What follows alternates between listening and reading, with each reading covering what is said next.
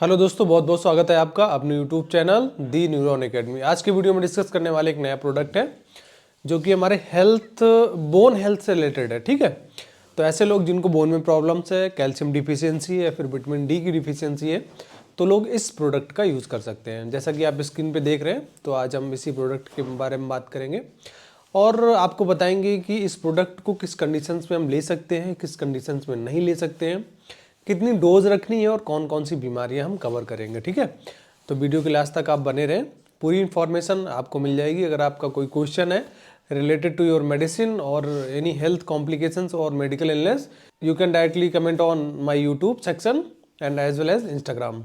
तो अगर हम बात करें आज के प्रोडक्ट की, तो हमारे पास जो प्रोडक्ट है जो है हमारा आज डी पूरा प्रोडक्ट का नेम है। अगर हम इसके मैन्युफैक्चर की बात करें तो सनोफी इंडिया इसकी मैन्युफैक्चरिंग करती है। ठीक है, अगर इसके मार्केट प्राइस की बात करें तो आपको एक डिब्बी मिलेगी, इसमें एक ओरल सोल्यूशन रहता है इसमें, और जो इसकी क्वांटिटी वो 5 ml है। ठीक है, तो इस डिब्बी में 5 ml आपको रहेगा, इस कंटेनर में क्वांटिटी 5 ml रहेगी। और अगर हम मार्केट प्राइस की बात करें तो लगभग 95 और 100 रुपये, मतलब 95 से 100 रुपये के लगभग बीच में आपको ये आसानी से अवेलेबल हो जाएगी। मार्केट मेडिकल स्टोर पे आप ले सकते हैं।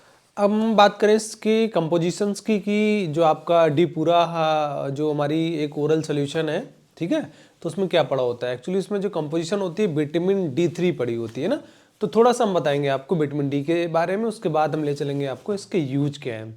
विटामिन डी हमारी एक तरह की विटामिन होती है, ठीक है, जो कि हमारे बॉडी के लिए बहुत एसेंशियल होती है। लाइक विटामिन D2 होता है हमारा, D3 होता है, D4 होता है, D5 होता है, पूरे विटामिन डी के पार्ट हैं। ठीक है, अगर हम बात करें सबसे ज़्यादा डोमिनेंट कौन सा होता है सिग्निफिकेंटली, वो होता है हमारा विटामिन D3। ठीक है, तो अगर हम स्पेशली विटामिन डी की बात करें, क्योंकि इस प्रोडक्ट में विटामिन डी रिच है, तो विटामिन डी की बात करें तो सबसे ज़्यादा एसेंशियल है आपके बोन हेल्थ के लिए। ठीक है, और बहुत बार ऐसा बोला जाता है कि जैसे अभी ठंड का मौसम चल रहा है, तो आपको सुबह अर्ली मॉर्निंग में आपको थोड़ा सा सनलाइट में रहना है, जिससे आपकी स्किन पे यूवी रेस पड़ती हैं, तो क्या होता है हमारी बॉडी में विटामिन डी सिंथेसिस होने लगती है, जो स्टिमुलेट रिसेप्टर से स्टिमुलेट होने लगते हैं। ठीक है, जो सेंसिटिव एरिया होते हैं, सेंसिटिव ऑर्गन्स होते हैं, स्टिमुलेट होने लगते हैं, और कहीं ना कहीं विटामिन डी एंड कैल्शियम का एब्जॉर्प्शन बढ़ जाता है आपकी बॉडी में ना।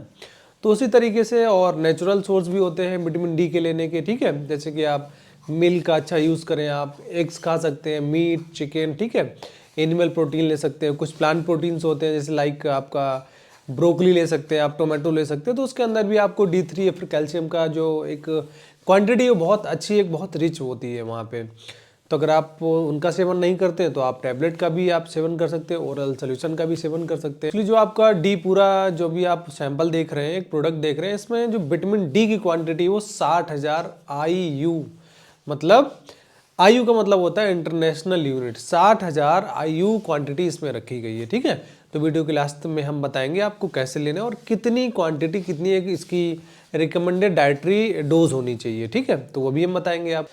अब बात करेंगे कि इसकी एक डिज़ायरेबल डोज कितनी होती है विटामिन D3 की बॉडी में। अगर हम बात करें, ये जो आपकी डोज है वो आपकी एज टू एज वेरी करती है। जैसे कि हमारे बॉडी का नेचुरल फिनोमेना है, जब भी कोई इंडिविजुअल एज्ड होता है ना, जैसे उसकी एज बढ़ती है, एज के हिसाब से जो विटामिन डी और कैल्शियम का लेवल है वो डिक्लाइन होने लगता है, कम होने लगता है।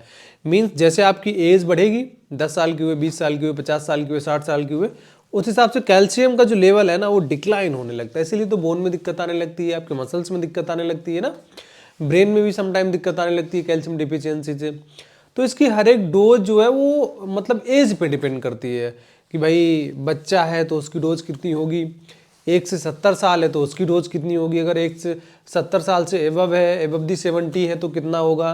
तो अगर हम इसकी 1 से 70 साल के बीच में जो एज इसका एक रिकमेंडेड डाइटरी डोज है वो लगभग बताई गई है 600 IU, मतलब 600 IU पर डे की डोज बताई गई है। और डाइटरी डोज है ये, मेडिसिनल डोज नहीं है, थेरेपेटिक डोज नहीं, ये डाइटरी सप्लीमेंट माना गया है। तो इसकी डाइटरी डोज है आपकी, मतलब एक दिन में 600 IU आप सेवन कर सकते हैं। अगर आपकी एज 70 से ऊपर है तो एक दिन में आप 800 IU, मतलब 800 इंटरनेशनल यूनिट का सेवन कर सकते हैं। अगर आपकी एज लगभग लेस देन 1 ईयर है तो आपको सेवन करना है 400 IU पर डे। ठीक है, तो ये डोज होती है एज पर national institute of health NIH के हिसाब से ये डोज बताई गई है।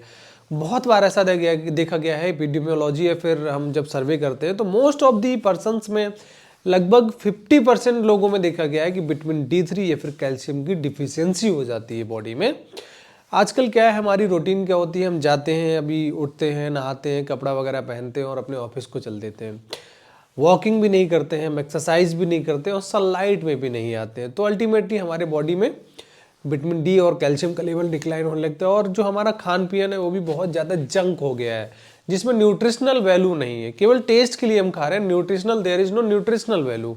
तो अगर न्यूट्रिशनल वैल्यू नहीं तो कहीं ना कहीं हमारी बॉडी में जो बायोलॉजिकल सिस्टम है, बायोलॉजिकल प्रोसेस है, बायोमोलिक्यूल्स है, वो डिफिशिएट होने लगते हैं। जैसे आपने मार्केट में देखा होगा, बहुत बार ऐसा होता है कि जब भी आप कैल्शियम परचेज करते हैं तो कैल्शियम के साथ विटामिन D3 मिलता है, फिर D3 परचेज करते हो उसके साथ कैल्शियम मिलता है। क्योंकि क्या होता है कि कैल्शियम, विटामिन D3 की प्रेजेंस में जो कैल्शियम का एब्जॉर्प्शन है आपके ब्लड में बहुत अच्छा पहुंचने लगता है। अब बात करें जो D पूरा आपका सोल्यूशन होता है उसका यूज कहाँ पे है, जैसा कि मैंने आपको बताया ये आपके बोन्स के लिए बहुत अच्छा है। बोन के लिए इसलिए अच्छा है क्योंकि बोन में बहुत रिचेस्ट क्वांटिटी में आपका कैल्शियम होता है। आपके मस्कुलर एरिया के लिए बहुत अच्छा है, आपके हार्ट के लिए बहुत अच्छा है, आपके ब्रेन के लिए बहुत अच्छा है। बहुत सारी डेटा में, रिसर्च में, स्टडीज में दिखाया गया है कि अगर कैल्शियम का लेवल आपकी बॉडी में, ब्रेन में डिक्लाइन हुआ तो कहीं कहीं जो न्यूरोनल कम्युनिकेशन है, न्यूरोट्रांसमीटर का फ्लैक्चुएशन है, वो भी होना चालू हो जाता है। हेयर फॉल्स में दिक्कत आ रही है उसमें भी काम करता है।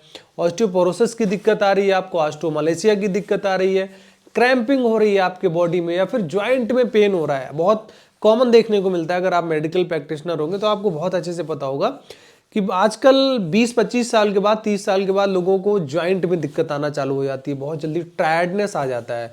वो आधा किलोमीटर भी चल रहे हैं या फिर 500 मीटर चल रहे हैं तो बहुत जल्दी उनको टायर्डनेस आ जाता है। अस्थमा की दिक्कत लोगों को हो रही है, और अस्थमा है तब भी आप कैल्शियम का सेवन कर सकते हैं। तो ये कुछ इसके इंडिकेशन है जिस पे आप D3 का सेवन कर सकते हो। और specially bone health, bone and teeth health, bone में दिक्कत है, फिर बोन को ताकतवर बनाना है तो आप D3 का सेवन कर सकते हो। ठीक है, सिंगल D3 भी ले सकते हो, फिर आप कॉम्बिनेशन में भी कैल्शियम के साथ भी इसका सेवन कर सकते हो। अब हम बात करेंगे थोड़ी सी इसकी टॉक्सिटी। अगर आप बहुत ज़्यादा मात्रा में लेते हो तो इसकी टॉक्सिटी क्या होती है। अगर आप कैल्शियम या फिर D3 को ज़्यादा मात्रा में लेते हो तो क्या होता है, ये जो आपकी आर्टरीज होती है ना उसमें हार्डनिंग कर देता है। जब आर्टरी को हार्ड बना देगा तो आपका जो ब्लड सर्कुलेशन है ना वो ब्लॉकेज होने लगेगा, हिंड्रेंस आने लगेगा वहाँ पे। इसके अलावा आपको किडनी स्टोन की प्रॉब्लम हो सकती है, आपका रिनल इनसिफिशियंसी की दिक्कत आने लगती है, प्रॉपर रिनल हो सकता है आपका काम ना करे, आपको एलर्जी की दिक्कत हो सकती है, क्रैम्पिंग की दिक्कत हो सकती है, लैक्जेशन या फिर कॉन्स्टिपेशन की दिक्कत हो सकती है। तो ये कुछ कॉमन इसके साइड इफेक्ट है। अगर विटामिन D3 का डोज बहुत ज़्यादा होगा तो कहीं ना कहीं प्रॉब्लम आना चालू हो जाएगा। सबसे अच्छी बात है कि अगर कोई लेडी आपकी ब्रेस्ट फीडिंग या फिर वो प्रेगनेंसी में है तो वो बहुत अच्छे से इसका सेवन कर सकती है, क्योंकि ये आपकी प्रेगनेंसी फ्रेंडली है, या फिर हम बोलें कि सेफ है, completely safe in case of breast feeding and as well as pregnancy. तो प्रेगनेंसी में भी इसका सेवन कर सकते हो, वहाँ पे कोई इफेक्ट नहीं आएगा आपके फेटस पे, पॉजिटिव इफेक्ट ही मिलेंगे, नेगेटिव इफेक्ट आपको देखने को वहाँ पे नहीं मिलेगा। बात करें कौन सी दवाइयों के साथ इसको सेवन नहीं करना है। हाँ, अगर आपको एल्यूमिनियम कंपाउंड चल रहे हैं मेडिसिन में, डेल्टियाजाइम है, आपकी विरेपेमिल है, डिजॉक्सिन है, अगर ऐसी कोई मेडिसिन चल रही तो आपको इसके साथ सेवन नहीं करना है, क्योंकि वहाँ पे पॉसिबिलिटी बन जाती है ड्रग एंड ड्रग इंट्रैक्शंस की। तो अगर आप ये मेडिसिन ले रहे हैं तो अपने फार्मासिस्ट या फिर डॉक्टर से एक बार कंसल्ट कर रहे हैं, तभी आप उन दवाओं को कॉम्बिनेशन में सेवन करें। अब फाइनली हम बताएंगे आपको जो D पूरा है कैसे लेनी है। जैसे हमने शुरुआत में बताया था, इसको 60 के IU इसकी क्वांटिटी होती है।